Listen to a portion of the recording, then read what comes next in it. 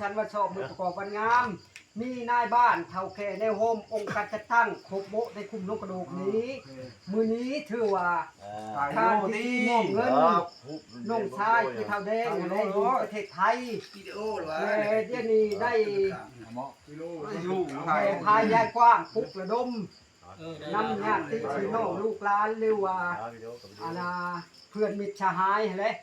ถือว่าได้เงินนี่มานี่จำนวนเงินนี้จำ2-3คนเนาะ8,000 บาทแกงเขาบอก8,000 บาทชื่อว่าในหางในเศร้าคุ้มทั้งมีคนของเฮานี้ 8,000 บาทหรือ 80,000 บาทแล้ว 80,000 ยานมาหักเงินหักค่ำมื้อ จับเลยบ่ได้ไปได้ดอกบ่ บัดนี้เฉพาะ จับมันสิ ลูกหลานชาวบ้านนกกระโดกนี้ที่ได้เข้ามาประกอบชวนเลเมนมีหนึ่งเลเมนนางลูกโมวิหันก็ถือว่าพร้อมด้วยครอบครัวได้ประกอบชวนเข้ามานี้ก็ถือว่า1,000 บาทผู้ที่2ก็ถือว่ามีนางล้อนบ่นางล้อนลูกอาเทิงหันก็พร้อมด้วยครอบครัวได้ประกอบเข้ามานี่ก็ถือว่า 1,000 บาท 1,000 บาท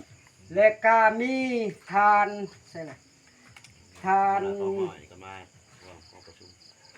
สมพรตกยนต์ และมีทาน หัวงอกว่าตกเงินหัวจะคือว่าทานสมพรนี่แหละบ้านจะขึ้น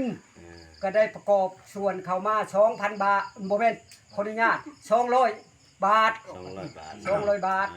ถือว่าเดี๋ยวนี้นายบ้านเขาแก่ในโฮมโบกันจะตั้งนี้ถือว่าได้หับไปเป็นที่เรียบร้อยแล้วเด้อหับแล้วเนาะได้หับแล้วและเตะมึงแล้วบ่เข้ากันทันใดแล้วเดี๋ยวนี้ผู้ขายเองนี้ตั้งหน้าให้ในบ้านตั้งหน้าเท่าแก่ในโฮมองค์การจะตั้งทุกภาคส่วนขออวยพรชัยให้แก่ลูกหลานหรือว่าจำนวนที่มีชื่อนี้